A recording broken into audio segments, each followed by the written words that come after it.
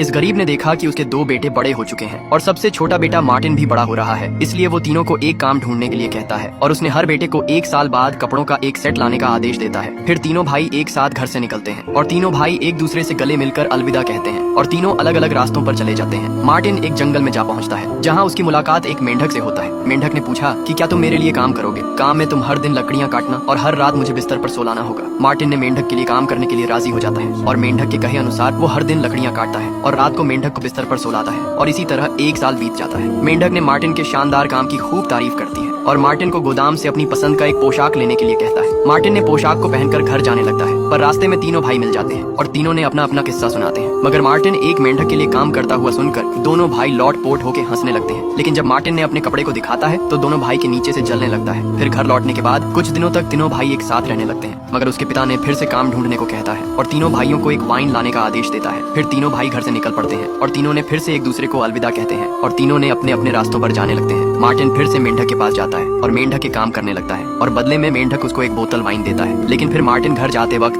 दोनों भाई फिर से रास्ते पर मिलते हैं।